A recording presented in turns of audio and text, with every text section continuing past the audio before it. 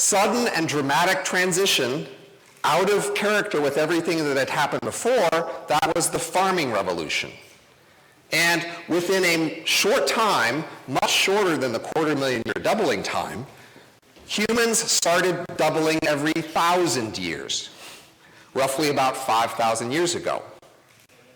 A dramatic transition to a much higher growth rate. And humans doubled every 1,000 years for 7,000, 8,000 years. Until recently, the Industrial Revolution appeared.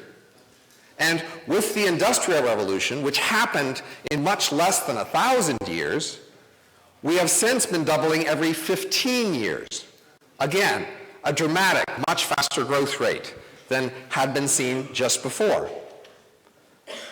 When we look forward, the usual debate is whether we can keep doubling every 15 years for a long time, or whether we must cut back to a slower, more sustainable growth rate. But another scenario is that growth could go up again, just like it's done 3 times before in a remarkably consistent pattern. If the next jump fell into the pattern of the last 3, then it would happen sometime in the next century, not very precise, and at some point within a short period, 5 years or less, i.e. less than the current doubling time, there would be a dramatic transition to a new economy that doubled every month to week, a world economy doubling every month to week, and that new economy might then keep doing that for a year or two, and during that year or two, the new economy would grow as much as our economy has during the last few hundred years, or the humans did during the entire farming era. All that growth would be concentrated in 2 years, and then something else might happen. What could possibly cause the economy to grow that much faster than it's been growing lately? Just because there are statistics doesn't mean it really can happen, but I'm telling you it really could happen. And there are several ways it could happen, especially via robots as smart as people. And I'm going to focus on one scenario of robots being as smart as people. And that's going to be called brain emulation. And it's based on the idea of porting software.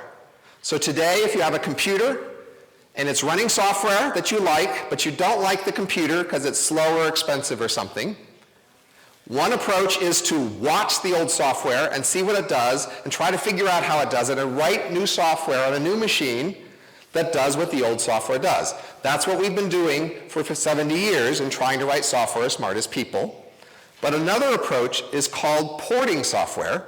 And what you do there is you write a computer program on the new computer that makes the new computer look like the old computer, so that when the old software runs on the new computer, it looks like the old one, and so it can all work. And that's called porting software, and it's often used to move software that's too complicated or messy to rewrite or understand.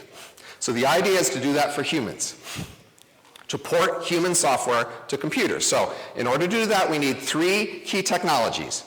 We need many cheap, fast computers, cheaper and faster than we have now, but that's been a trend going for a long time. 2, we need to take individual human brains and scan them in fine spatial and chemical detail to see just what's where. And then we need to have computer models of how each cell works, each type of cell works, i.e. a model of input signals, changing internal state, and then creating output signals. And we need a model for every kind of cell in the brain. And then we need to know how to tell which cells are which by the scan so that we can make a model of the whole brain that has each of the cells modeled. And that's a big, expensive model, which is why we need the big, expensive parallel computers. But if we can do that, we can port the software of the human brain to make a brain emulation, which is only a curiosity if it's really expensive, but if you could make them really cheap, then you would be basically making something that substitutes for humans wholesale. Firms, when they're looking to hire something, would rather hire these because they're cheaper, and then everything changes. So, for many years, this has been a staple of futurism and science fiction, this scenario, also been called uploads, and many people have speculated about the topic, but usually what people want to talk about is, if we made one, would it be conscious because it's really just a machine? Or, if I made one of me, would it be me or would it be something else? Or, when could it happen and what technology could make it work? But what I want to talk about is, what would happen if we did it? What would the world be like? Because I think that's neglected. So I've written this book, The Age of M, Work, Love, and Life When Robots Rule the Earth. And you can pre-order it now. And it's 400 pages. And now I'm just going to give you a taste of what this book is like. But first, I'm going to justify and qualify. So today, if you look at on Amazon for books, you'll find that 20% of books have the keyword history. And only 1% have the keyword future. Even though for historical fiction and future fiction, they're about the same. If you ask people why, they say, because we can't actually study the future, we can study the past, that's why we don't have very many books on the future. I think that's very wrong, so I'm going to show how it's possible to study the future in great detail by taking this one scenario and working it through in great detail. And now I'm going to tell you how I do that. Straightforward. This is a graph of academic fields and how they're related to each other via co-citation. I happen to be drawing on all of these fields because I happen to have studied many different fields, and I'm just going to go through many different things and study each one. I'm going to pick low-hanging fruit of easy things to study and analyze. When something gets complicated, I'm just going to move on to the next thing. I'm going to look for my keys under the lamppost, i.e., I'm going to make simplifying assumptions that make it easier for me to draw conclusions even when they're not entirely realistic assumptions, which is what we theorists always do in all fields. And so, to summarize my approach before I tell you what this world is like, I'm not going to be creative or original other than by looking at this unusual question in unusual detail. Otherwise, I'm just going to take standard academic consensus and apply it. I'm just going to ask what the world is likely to be if we do nothing to stop it, not what it should be or where we should work. I'm going to focus on the world of robots because they come to dominate this new world, and humans are on the margin. I'll say something about them. I'm not going to talk about the entire future, just the next era after ours, the era that has as much growth as the entire industrial era or the entire farming era. I'm going to focus on what the world is like when we're used to it. It's in an equilibrium like we are with the industrial world now, not about the transition because transitions are harder to predict. I'm going to use the standard economist trick of talking about supply and demand, which implicitly says there's a lot of competition and not much regulation. I'm not saying there should not be regulation. I'm saying this is our standard first cut analysis we should do here. And finally, we're going to assume that these emulations are the simplest possible in the sense that you can't take one person's music and combine it with another person's sport or something. You take a person, you make an emulation of them. This emulation has exactly their initial personality, memories, learning habits, etc. You'll have to convince it initially that it's not the original person you scanned. And then the main things you can do with it are you can run it or stop it, run it fast or slow, make copies, and that's it. And that's all you can do, but that's enough to have enormous implications. So let me start to tell you about those implications. Some of them are implications that are true for all kinds of robots. Robots can be represented by computer files, so robots can be immortal, i.e., if you keep repairing them and maintaining them, you can make them last forever. But that's true of houses and cars today, and you don't always save those. So robots aren't guaranteed to last forever. It's just possible to have them last forever. They are represented as files so they can travel electronically. They can go from here to there by sending the bits. Robots may love nature, but if they kill nature, they don't die, which is different from us. So robots don't have to fear killing nature as much as we should. And that means they may not save nature as much as we would. And that's an implication of having a world dominated by robots. And finally, it's easy to make copies of robots, and a great many things follow from that. First, the ease of making copies of robots means that the supply of labor of robots can very rapidly expand so that they take up as many jobs as are available, so that wages fall to subsistence level of robots, which is much less than human wages, and so humans much retire, which we'll talk about it more in a minute. Because robots can grow so quickly, it takes away one of the main limitations on the growth rate of today's economy, which is today we can make machines fast and make a lot of them, but we don't make people fast, and that limits how fast our economy grows. But an emulation economy based on robots, any sort of robots, means you can grow labor very rapidly, so the economy can grow much faster, and it could double every week or month. That's not crazy, that's standard economic theory. So it's not at all crazy that the economy could grow much faster than it does today if you could make a substitute for humans and make them really fast in factories. That happens to imply that if it takes a year to get to Mars, that's just way too slow if the economy is doubling every week or month. So unless you can find a way to move around in space really fast, people will not be interested in space, for the duration of this era at least. Humans retire. What does that look like?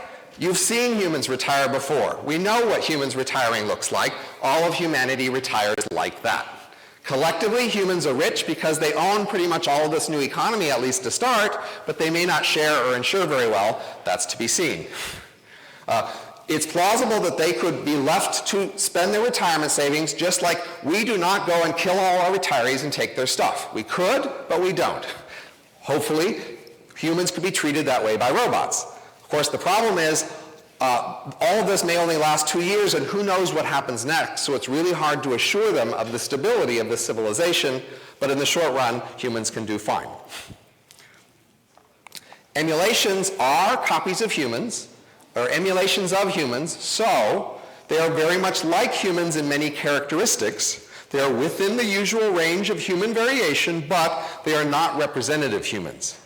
The emulation economy is very competitive, and so there's a strong pressure to find the most productive humans and the most productive methods of work and habits of life and copy those a lot. And so the most copied emulations are going to be copies of the most productive humans in this new economy. That's likely to be only a few hundred humans. There are copies of them dominate this entire new economy. Trillions, perhaps, of copies of the best few hundred humans. That makes emulations, compared to humans, as elite as billionaires, heads of state, Nobel Prize winners, etc. are today. An entire world of people of that quality. And so they will look on humans with perhaps gratitude, but not a lot of respect. They know they're better than you. We know many things about how people who are more productive today differ from the average person, and so we can just predict emulations are like that. They're smarter, more conscientious, even married, religious, peak age productivity, all the way down the line. Emulations' lives are luxurious in the sense that most of them have office jobs, because that's what jobs are in advanced economies. And being emulations, they can have a virtual reality office, and which can be luxurious and gorgeous. They never need to experience pain or hunger or grime or sickness, and so their lives are comfortable and nice in those ways, but they are working most of the time, which is why these are offices. Some of them would have physical jobs, and which then they'd have robots match for that, but in leisure, most of them would be in virtual reality. Let me tell you something about the structure of their lives. Your lives are simple, like this line. You start and then you end, and that's it. This is the life of an emulation who every day splits off a few copies to do chores like stand in line at the DMV or talk to mother. And those copies do their task and then end, and that's much cheaper because they don't have to pay for leisure or all the rest in between. And the main copy goes on and remembering the reports they get from the other copies as necessary. This is an opportunistic emulation who makes more copies when there's more demand and less when there's less. This is an emulation engineer or a designer who conceives a design for a whole system and then splits into copies who then design subsystems, who split again to design an entire system, so a single mind can have an entire complicated system designed in a coherent way, more so than for us today, because they can split into copies that then implement all the details and then recurse back to do testing. This is an emulation plumber who remembers for the last 20 years, every day he only worked 2 hours, and the rest of the day he had off. Every day he split into 1,000 copies, each of whom did a 2-hour plumbing job, and all but one ended. So objectively, he's working 99% of the time, but subjectively, he remembers only ever working 2 hours a day for the last 20 years. So emulations may work very hard, but they don't have to see it that way if they don't want. Many kinds of systems that we have today adapt to circumstances, and a robust phenomena is that when a system adapts to circumstances, it becomes harder to readapt to new circumstances. That's called rot in software. Software rots. And so eventually, when a system becomes hard enough to readapt, you start over with a blank slate and make a new system. Human minds also start out with what's called fluid intelligence when young, and then have crystallized intelligence when old, i.e. you know a lot, but old dogs find it hard to learn new tricks. So this means that emulations should have a limited subjective, useful work life, after which they need to retire, even though they can be immortal. So maybe a half century to a few centuries, whatever it is, they will then have to retire. So emulations will then have to be replaced by younger versions of themselves, perhaps copies of the same original that they were a copy of, but now later on trained in different ways to adapt to a new world. You might just live on, you might sleep through the night, or imagine that you took a drug at the beginning of a party, which meant you will not remember that party tomorrow or ever again. At the end of that party, would you say to yourself, I'm about to die, this is terrible, because the me who I am during this party will not be remembered. You probably wouldn't, but you could if you wanted to have that attitude.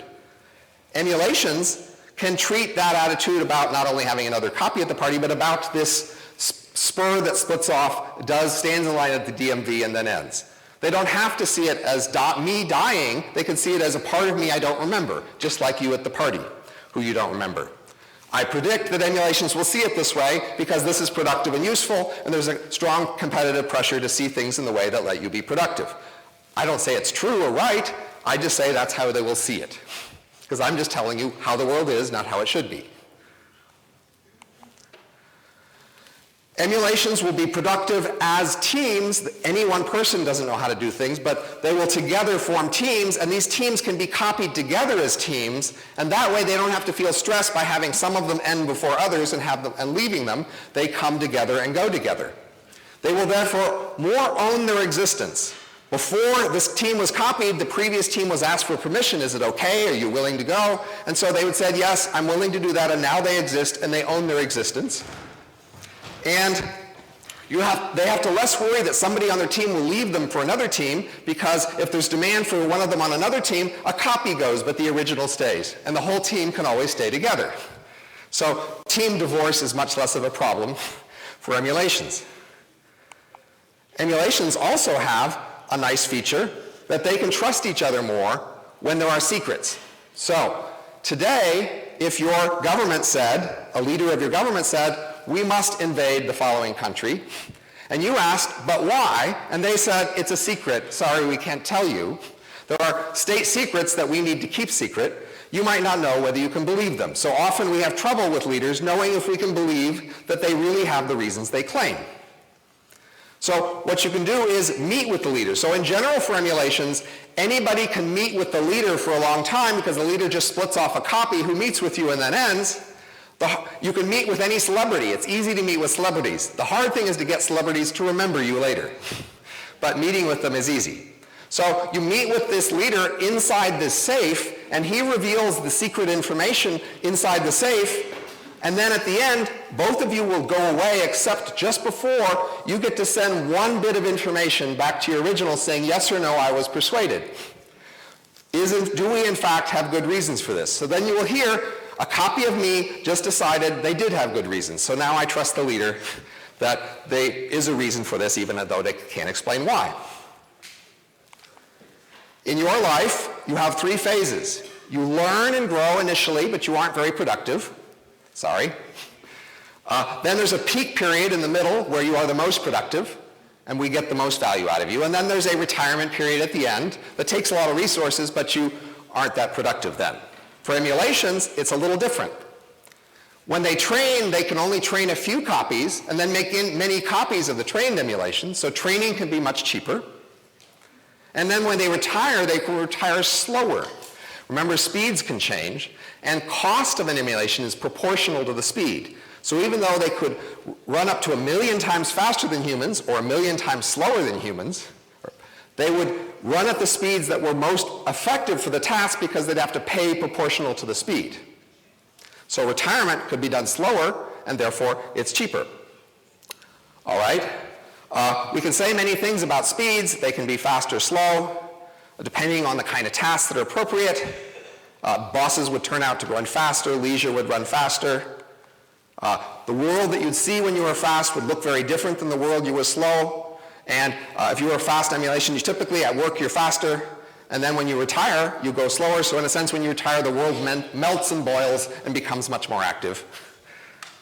And then there's a whole hierarchy of speeds that there'd be very fast emulations, and they would basically be high class. In a sense, they were literally a class system because it would be discrete speeds, because just like working in a city, it's valuable to be in a city with lots of other people close to them. It would be valuable to interact with others who are at the same speed as you. So speeds would be clumped together into a class hierarchy.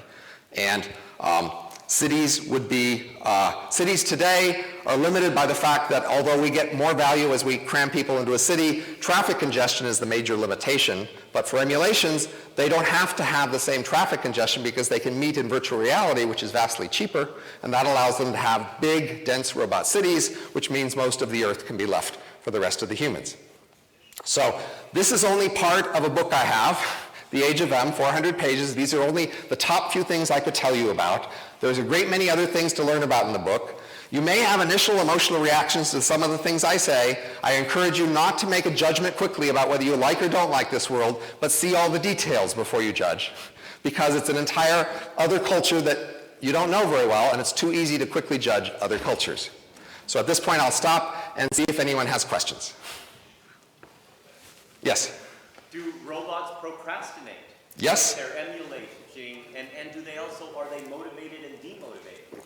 Exactly as humans. So that's why I can say so many things about the scenario.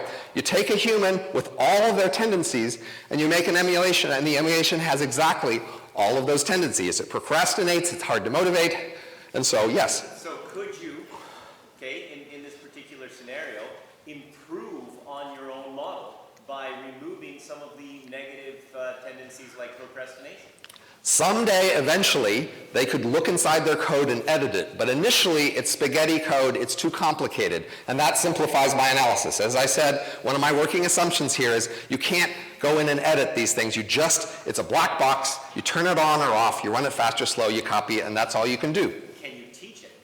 Just like you teach people. And not only that, you can split it into 1,000 copies, try them each 1,000 different ways, and take the best one.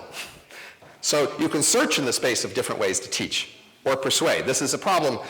If somebody can control your copying, they can make 1,000 copies of you and try 1,000 different ways to persuade you of something, and then keep the one that's most persuaded. They can basically persuade you of anything. Yes? What are humans doing in the meantime? Humans are comfortably retiring on the edge of this world. So the typical emulation speed is 1,000 times human speed, so that when their economy doubles every month, that's really roughly a work lifespan for them. So their world is more stable, but for the humans on the outside who are much slower, they only experience 1 or 2 years in this entire time, so they don't have much time to change or adapt. They're mostly on the outside, getting rich very quickly, but culturally and by habit retiring, but not changing very much from people today. So they'll basically retire the way people retire today because things won't change much. Yes, in the back. Why do you need humans then? I think that is Yeah? and are you good enough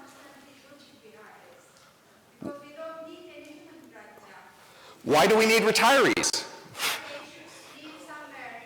We don't need retirees, but we still keep them around because it would just feel kind of awkward to get rid of all of them. So humans may stay around for exactly the same reason. Today, there are still subsistence farmers out there, and there are still foragers, even though this is the era of industry. Why do we keep them around? It's not because we're trying. We just don't try to get rid of them, so they're still there. Same answer. Yes? But considering that, okay, I mean, just statistically, people who retire die faster because they're not basically using their brains. Yes? Some, at least, you know, the smarter humans want to stay busy and be creative. Sure. And do crazy stuff. So today, if you win the lottery at a young age, you could retire, but you might want to keep working even if you don't need the money. So humans may do that. Many humans may choose to do various work-like things, but because they want to, not because they need the money. So then art and culture will be more important? For humans, they'll have a life of leisure and wealth, so they can spend lots of time on art and culture. But the emulations are in a subsistence economy, and subsistence economies we know a lot about because almost all human history was subsistence, and almost all animals are that way. And we know at subsistence economy there's less art and culture, but there is still a lot. And this is a huge world, so there's plenty of wealth here to do a lot of art and culture, even if it's less per person.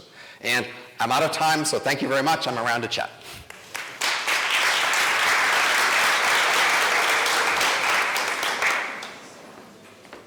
Thank you.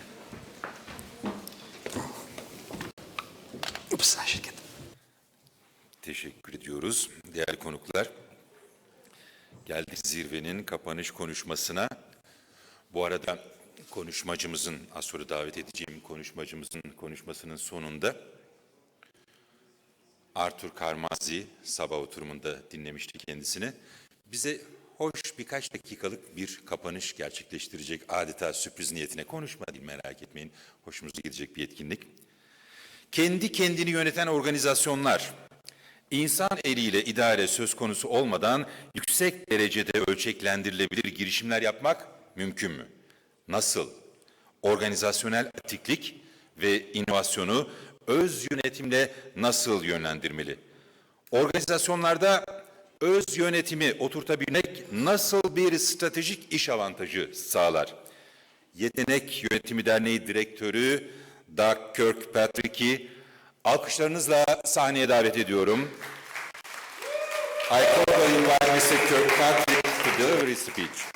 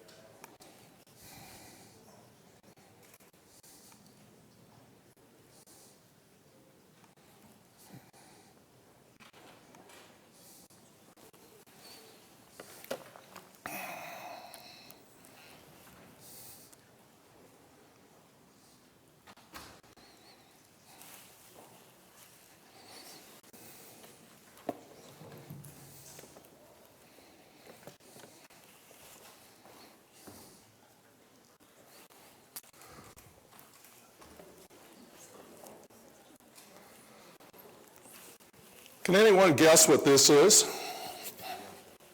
Any guesses? Okay, well, while you're thinking about that, I want to talk briefly about engagement. We heard about engagement quite a bit today. David Zinger talked about engagement, and several other speakers. Gallup, the Gallup organization, does major surveys on a regular basis. 2013, they issued their global engagement survey and their American workplace engagement survey. They found that 63% of workers worldwide were disengaged, and they found that 70% of American workers were disengaged. They said that 24% of workers globally are actively disengaged, and 20% of American workers. And by active disengagement, they mean by people that actually undermine their own workplaces, that spread negativity in the workplace. The chairman of Gallup relates this active disengagement to bosses, managers, and supervisors. He said these people have bosses from hell that make them miserable and cause them to roam the hallways spreading discontent. They also looked at costs of disengagement. They concluded that active disengagement costs almost $500 billion every year in the United States economy. It's a big problem. Let me tell you what the two bent lines are. The two bent lines represent the entire genetic DNA structure of a fern. All of the fern's DNA is contained in two bent lines. And whether that fern creates a single leaf or a frond or an entire forest primeval of ferns depends on its ecosystem. It's the sunlight, it's the nutrients in the soil, it's the moisture. And interestingly, it's the same thing with human organizations. The degree to which individuals thrive in organizations depends on the culture of the organization. And by the way, the simplicity of the structure of a fern is called a fractal. It means that wherever you look in that fern, single leaf, whole forest, you always see the same basic structure of two bent lines. It's amazing. A fern manages amazing complexity with great simplicity. If we think about human organizations, can we create human organizations that allow people to thrive and to do their very best work? Can we answer some really important questions? Like, what kind of leader would you be if no one had to pay any attention to you? Can leadership and innovation arise from any point at any time in an organization? Does every single human being in an organization have a voice in decisions that affect them? Can we create these kinds of organizations? Perhaps. So in the year 1990, there was an entrepreneur in Northern California. His name's Chris Rufer, and he was starting a little food processing company. And he pulled together a team of colleagues to help him build his factory. There were about 24 colleagues that were working out of a little farmhouse in Northern California. This factory costs about $30 million in 1990 dollars, US dollars. It would be probably double that today. And these people were working very long hours trying to build this factory. And the reason I know about this is I was there. I was the financial controller of the company. And we had a little conference table in the kitchen of this farmhouse. We had an endless parade of stakeholders, job applicants, customers, suppliers, engineers, accountants, attorneys, bankers, people coming through, helping us build this factory. And one day, Chris came into the farmhouse and said, I'd like to talk about how to organize this company with a new kind of governance. What can we do to make this a better company? So we said, great, we met with him that night in a little dusty construction trailer on the job site, and he passed around a document called the Colleague Principles. It's actually called the Morning Star Colleague Principles. The company is Morning Star. And basically, they boil down to two. The first principle is that human beings should not use force or coercion against other human beings. It's the foundation of all law everywhere in the world. Every law against theft and burglary and assault and battery and rape and kidnapping and murder and all the rest, whether it's in the United States or Turkey or anywhere else in the world, is predicated on the foundation that human beings should not use force or coercion against other human beings. And the second principle was that people should honor the commitments they make to each other. If you say you're going to do something, you should do it, or renegotiate the commitment. So we'd all worked all day long. We were in this meeting, 24 of us sitting around in a circle. We talked about it, debated it, discussed it. At the end of the evening, we all looked at each other and said, great, we see no reason not to adopt these principles as the entire governance of this enterprise. And so we did. And that moment marked the birth of organizational self-management at the scale of a large manufacturing entity. So we had a lot of work to do. We had thousands of acres of tomatoes coming up out of the ground. We had vital equipment arriving from Italy on ocean cargo freighters. We had to hire hundreds of people to operate the factories. We had contractors on the job site working 24 hours a day, 7 days a week, fabricating, constructing, welding. And finally, on July 16th of 1990, the first loads of tomatoes rolled through the gate, and we produced 41 million kilograms of industrial tomato paste for the world market, and we changed the cost structure of an entire industry. And we did it all without a single human boss.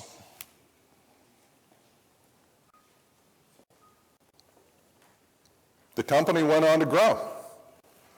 We built another factory, and then another factory. We expanded operations up and down the supply chain toward customers in remote warehouses and toward the suppliers in terms of farming and harvesting and trucking and transplanting. We became the largest tomato processor in the world. And I believe everyone in North America has eaten our product. I believe most of you, if not all of you, have eaten our product because we export worldwide. And we did it all without a single human boss.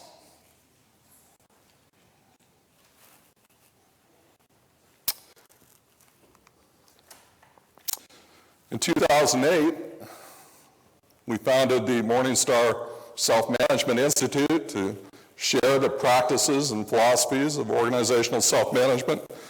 Author Gary Hamel came out and toured and resulted in a Harvard Business Review cover story describing Morningstar as the world's most creatively managed company. How did we do it? Well, the origins are basically very simple. I already described the fact that it's a principle-centered enterprise. We had two principles. Don't use force and keep commitments. You know what? It's just like a fern. The entire cultural DNA of the enterprise is embedded in two principles, just like two bent lines of a fern.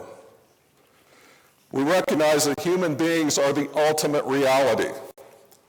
Teams are concepts. Organizations are concepts. Companies are concepts. Only human beings are real. Only human beings can act. Only human beings can make decisions. We recognize the drivers, and there are many beyond technology and beyond social. I mean, generations Y and Z do not want to climb a career ladder or go through a long career where they're struggling to aspire to a corner office. That's not what's inspiring to them. They want reality. They're used to social media, which gives instant feedback. And that's the kind of organization we tried to create with self-management. Technology is so clear. The kinds of organizations we have today that predominate started in the 1840s with the railroads and the steel companies in the United States. A railroad company needed a manager for every 100 miles of railroad track because they didn't want trains to collide with each other, because information moved at the speed of Morse code. Information today moves at the speed of light. Scientists are working on how to move information faster than the speed of light. And it's about managing complexity with simplicity. Fern has 2 bent lines, Morningstar has 2 core principles. They have never changed in a quarter of a century. Those are still the principles that govern Morningstar today. And then there's a little concept called the management tax that Gary Hamel wrote about in his article.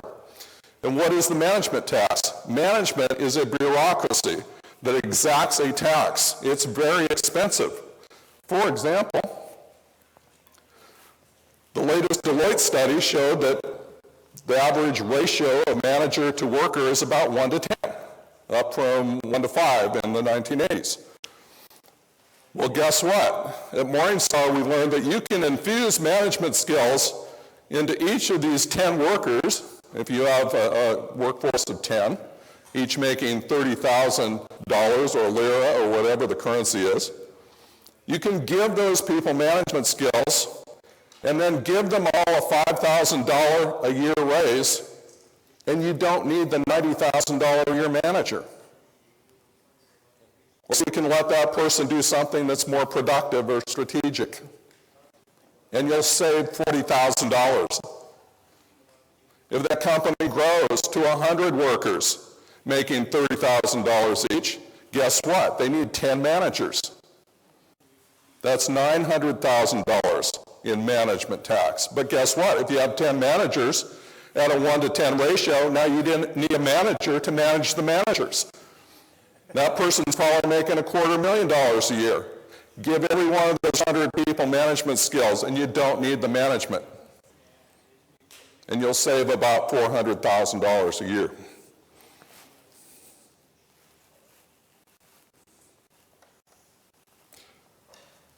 In self-management, there is no command authority. No one can walk up to another person and tell them, stop doing X and start doing Y. Everything is exercised through request and response. Influence and persuasion, trust, respect, communication. That's the currency of self-management. It makes for stronger managers and stronger leaders. Everyone's considered a professional. Everyone exercises management. Janitors hire janitors. Engineers hire engineers. Mechanics hire mechanics. Who's more invested in hiring the right person than the people with whom that person will be working? They are ultra careful to get the right people on the bus and do a good job. We believe in this concept of work as play. We believe work is a game. We have high engagement. We've had years where seasonal workers come back year after year, sometimes 100%, where they've been laid off for 9 months. It's an amazing thing. It's amazing to work with people who can't wait for the weekend to be over so they can get back to work on Monday and play the game of work. That's how high engagement is. And everyone is free to lead and everyone is free to innovate. So a couple years ago, a mechanic theorized a better way to handle chemicals in the factory, put together a business plan, involved stakeholders, implemented the plan, had like a 200% return on investment in 3 months. People are engaged, they lead, they innovate, from top to bottom. Oops.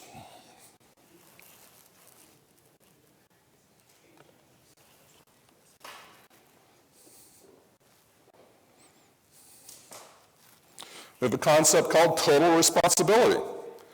Yes, people are basically responsible for the elements in their particular domain of expertise, but also everyone is responsible for everything that comes into their scope of awareness. threat, opportunity, strength, weakness, whatever the issue might be. If a person who works on a sorting belt spots a safety issue or a fire, it's not okay for them to just go home. They own that issue if they become aware of it. It's a concept of total responsibility. It's incredibly strong, and it makes for a very resilient and very strong organization.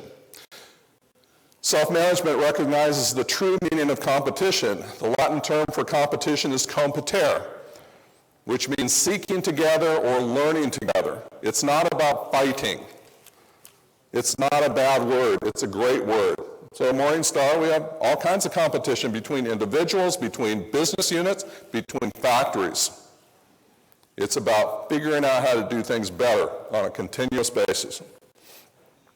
It's about power, not empowerment. Lots of companies have empowerment programs. We don't talk about empowerment at Morningstar. Empowerment traditionally means one person with power lends his or her power to another person with less power. The problem with that is that what has been loaned can be repossessed. That can't happen at Morningstar. Everyone has all the power they need from their first day at work to acquire resources, to build relationships, and to do their very best work. Self-management is power, not empowerment. And it's about commitment keeping. Commitments need to be clear. Research shows us that commitments have structure. They're based on speech acts and language. They have a life cycle. They involve negotiation and agreement and fulfillment and closure. This is the essence of one of the two core principles of governance. And it's really the fuel that keeps things going. There's some very important systems and tools as well. And one of them is called a colleague letter of understanding. And the colleague letter of understanding contains the elements that are listed here. But when you don't have bosses and managers telling people what to do, then you have to have some way to communicate and coordinate among individuals, especially when you have 3 factories that are spread up and down the state of California. Morningstar has 400 people that work year-round and about 3,000 people that work seasonally. And it's spread hundreds of miles up and down the state of California. It's one of the largest trucking companies in the state of California during the operating season. It's a big coordination issue.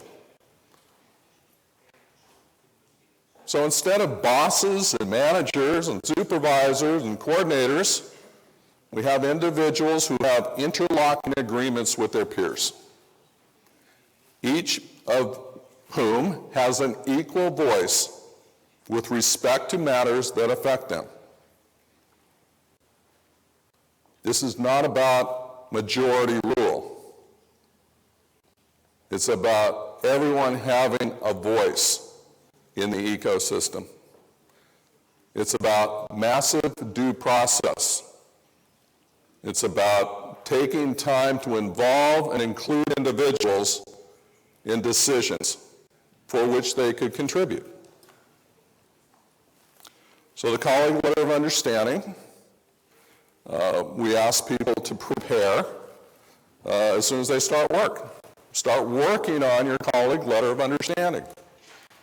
That involves a number of things. One is a personal commercial mission statement. Please answer the following questions. Why are you here? Why do you come to work here every day? Secondly, what does excellence look like in your role? And thirdly, how does what you do support the overall mission of the enterprise, which happens to be to produce tomato products that meet the product and service expectations of customers in a cost-effective, environmentally responsible manner. And you know what? If it takes you 2 months to figure out your personal commercial mission statement, that's okay. Because it has to make sense for you and resonate in your heart, and it has to make sense to your peers with whom you work. We ask people to identify the specific processes for which they agree to be fully accountable and document them in their colleague letter of understanding. Exactly what are you going to do? It's the what question. We know why you're here, generally, but exactly what are you going to do now that you're here? Identify the processes and embrace them, because you're putting them in a contract, an enforceable contract with your peers, and you are agreeing to be fully accountable for this list of processes.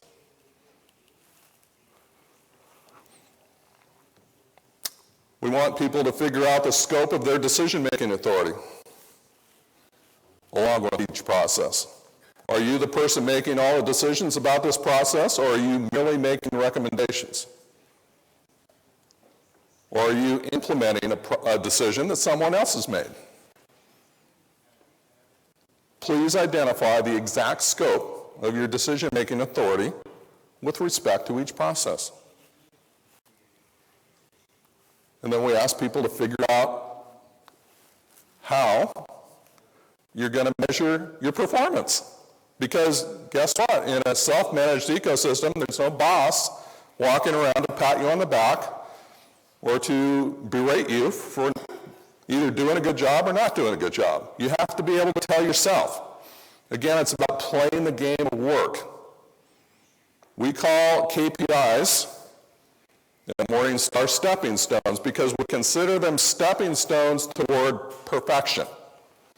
We don't benchmark against other companies or other industries. We benchmark against perfection. So what's perfection for an efficiency metric? 100%.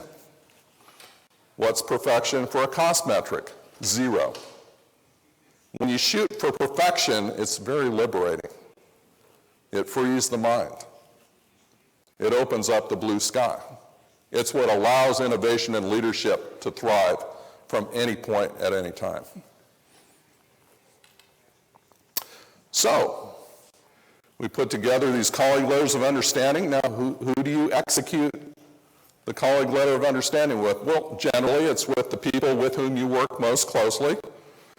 I think the average is about 8. 400 people signing an agreement with 400 other people is not wieldy. It doesn't make sense. So we have these interlocking agreements.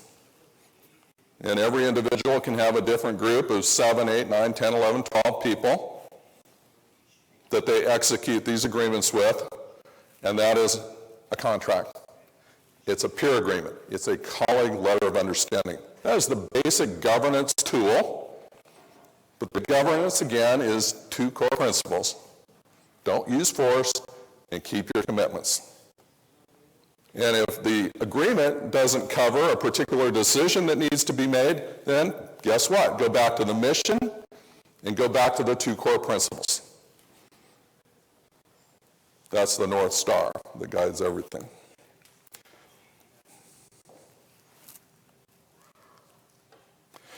Can you guess what this is?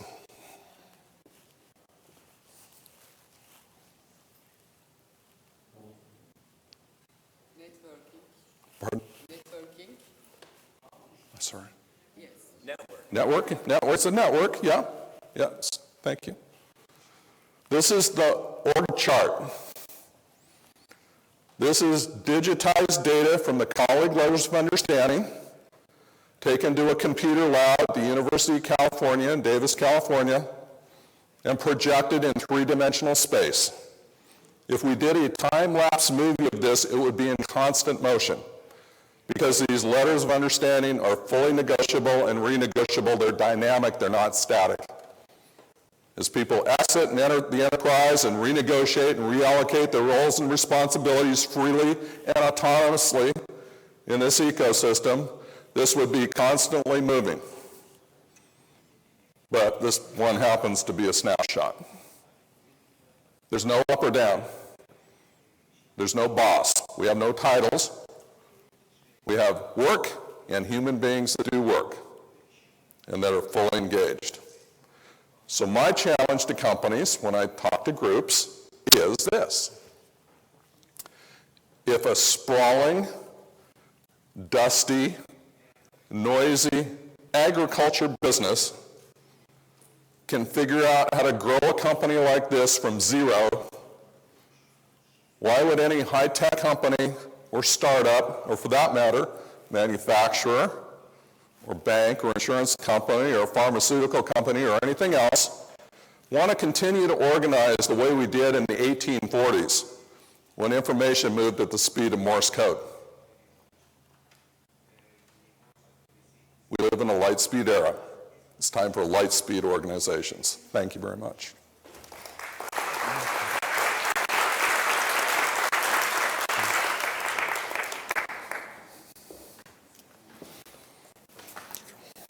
One question.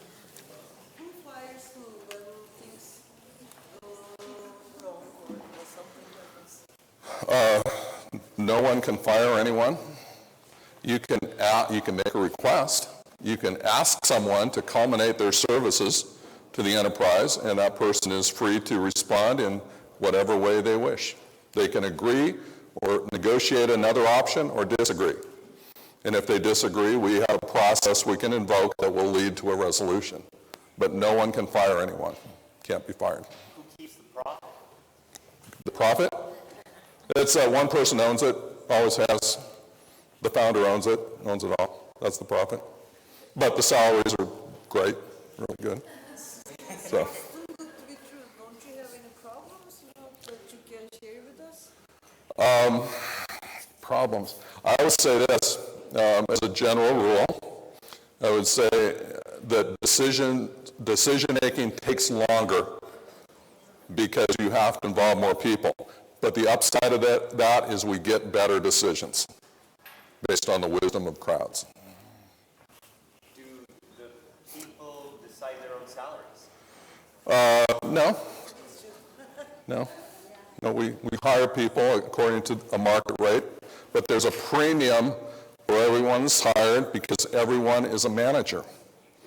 So they're performing planning, organizing, controlling, selecting, coordinating. Everyone's a manager, so there's a 10 to 12 to 15% premium built into the salary structure reflecting that. Even the tomato sorters, are they managers too? Yeah, self-managers. They do their own scheduling. They make their own schedules, etc. They get a formal education for that? No. The thing about self-management is the way everybody already lives their own personal lives. In your own personal life, nobody tells you where to go to school or who to date or who to marry or what color of car to buy or where to work or any of that. You figure that out on your own. You're a self-manager outside of work. All we're doing is saying we're just going to recognize that reality in the workplace. Doug Kirkpatrick'e çok teşekkür ediyoruz bu değerli konuşması için. Thank you very much, Mr. Kirkpatrick. Evet, efendim Boğaziçi Üniversitesi İktisadi İdari Bilimler Fakültesi'nin düzenlemiş olduğu İnsan Kaynakları Zirvesi 2016 burada sona ermek üzere. Ama şöyle sona erecek. Sabahki oturumumuzda bize Monkey King'den derslerden bahsetmişti Arthur Karmazi. Mr. Karmazi, kendisini bir kez daha davet ediyoruz. Ben ne yapacağını bilmiyorum tam olarak ama eminim iyi bir şeyler yapacak bize. Mr. Karmazi, we invite you not to deliver your speech, but for what? Please, here you are. Okay. Thank you. Thank you.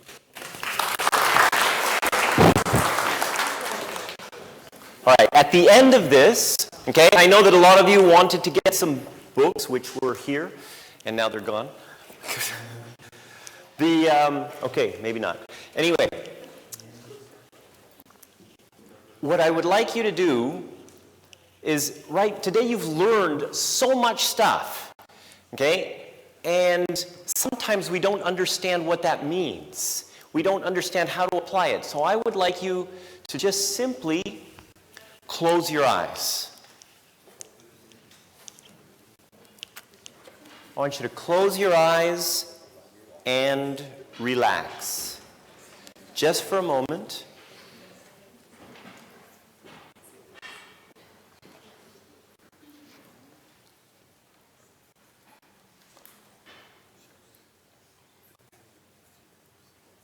And is this working?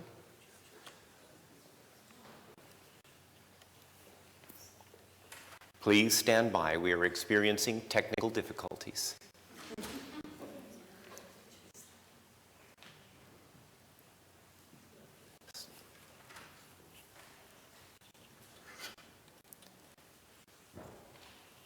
Not working. Just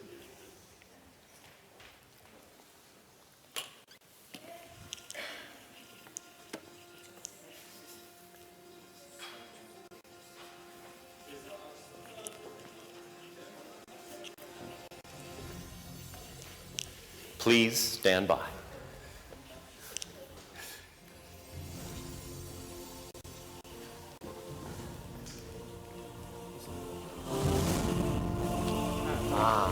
There it is. Okay. All right. Okay.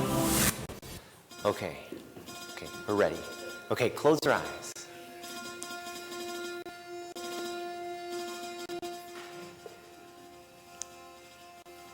Now I want you to imagine. Imagine tomorrow morning.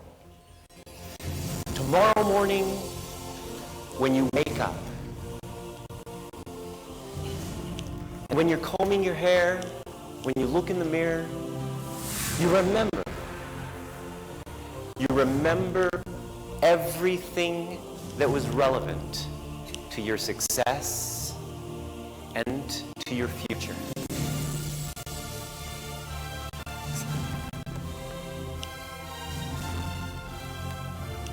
And as you look into this mirror, you start to see the possibilities. The possibilities of how you can use what you remember, of how you can use this knowledge, of how you can become more successful in everything you do.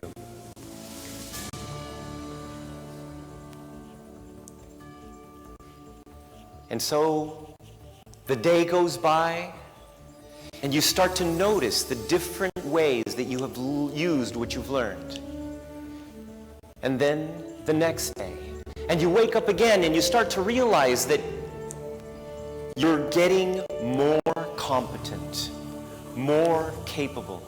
You're starting to come up with new ideas and you're cross-referencing what you've learned. And you're starting to create your own future.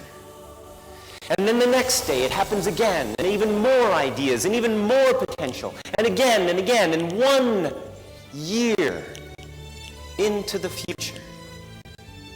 Imagine that you have done this every single day, that you've applied the lessons that you've learned every single day for 1 year.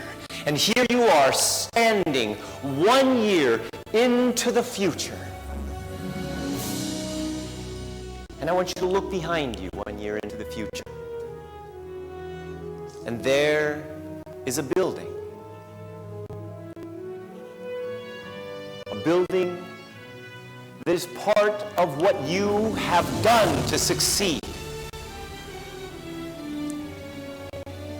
And now I want you to look to your right, and there you see a group of people.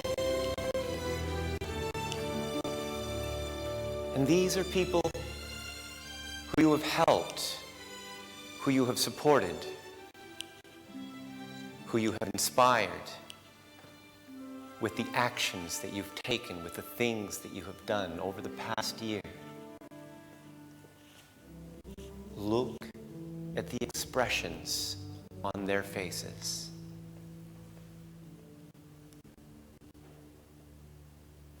Now listen. Listen to the things they say to describe you. Listen to the words they use when they talk about you. And now look to your left. And there you see a new car. A car that is a product of your success.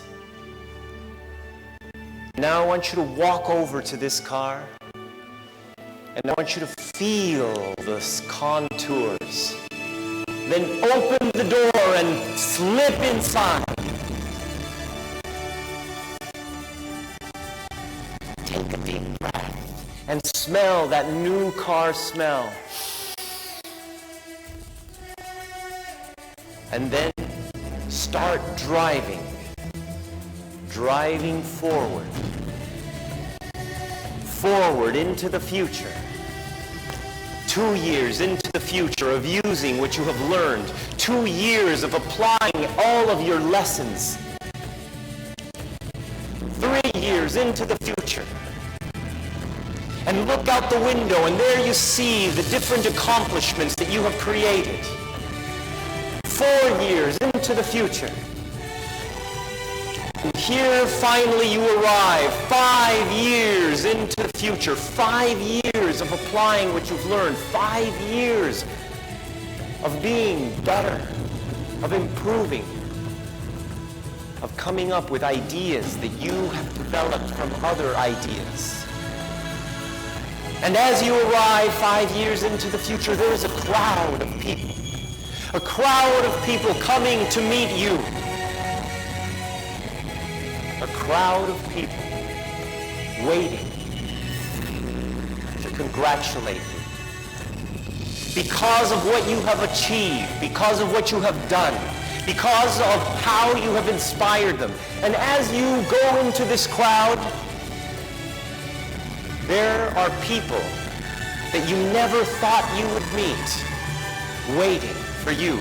Look at these faces. Who are these people? Who is coming to meet you? Who is inspired by you?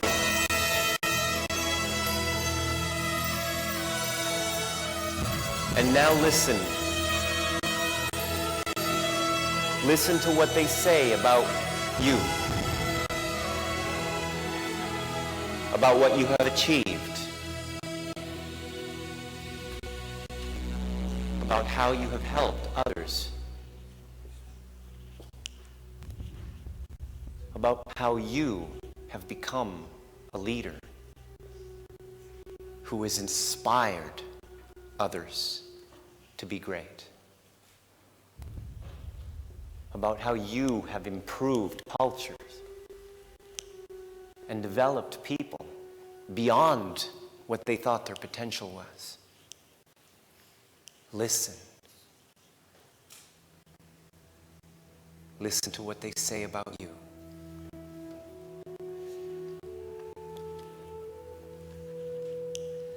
And now someone is coming through the crowd, and in their hand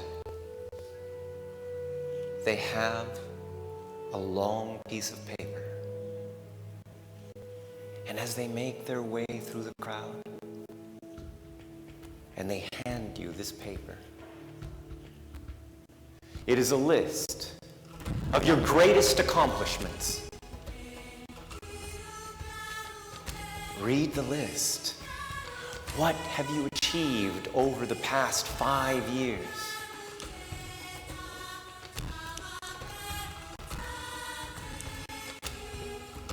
Read the list.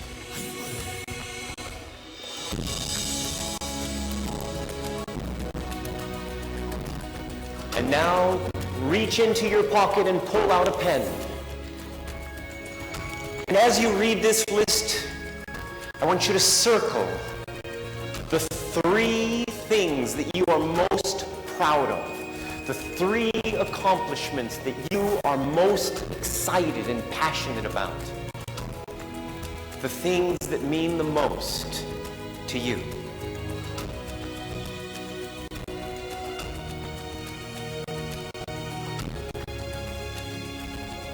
And then remember back to this day, the day that you learned the ideas that took you to this greater future. the day you decided to take action on some of the things that you have learned, the day that you started a new journey, a greater journey, a journey of success.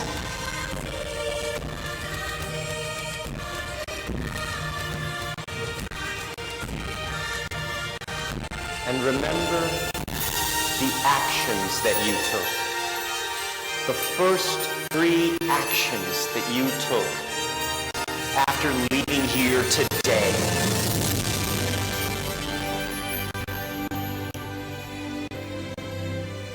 Do you remember the 3 actions you took that led you to this greater success?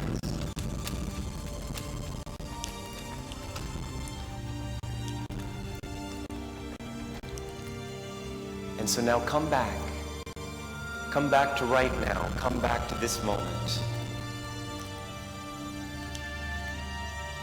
Open your eyes. Find a piece of paper or a phone and write down these 3 things, these 3 actions. Write them down so you don't forget the actions that will take you to your greater success. Open your eyes and write them down.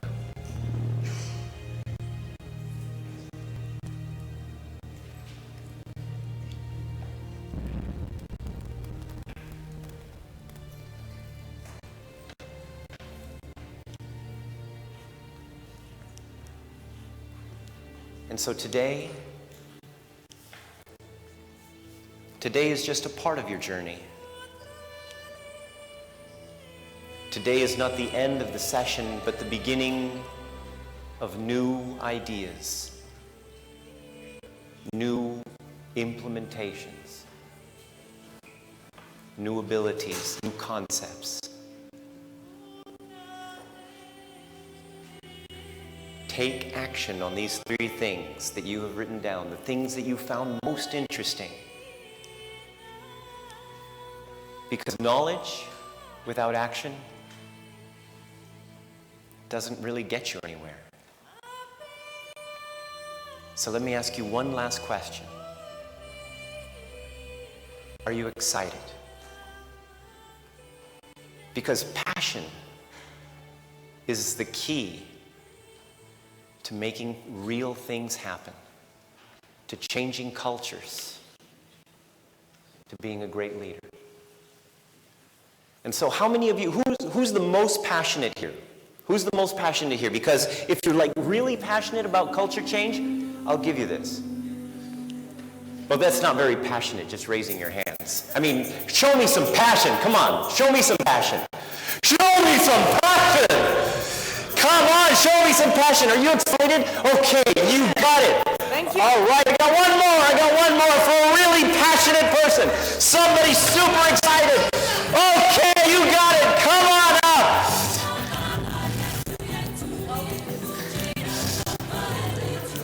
Okay, run! Yes! There you go. All right. Okay. Okay, these books, by the way, these books contain the actual process that we use to change, sustainably change cultures and organizations. So if you didn't get a chance to buy it downstairs, they're all sold out, but you can get it on Amazon.com and have a wonderful, super awesome day. Thank you very much.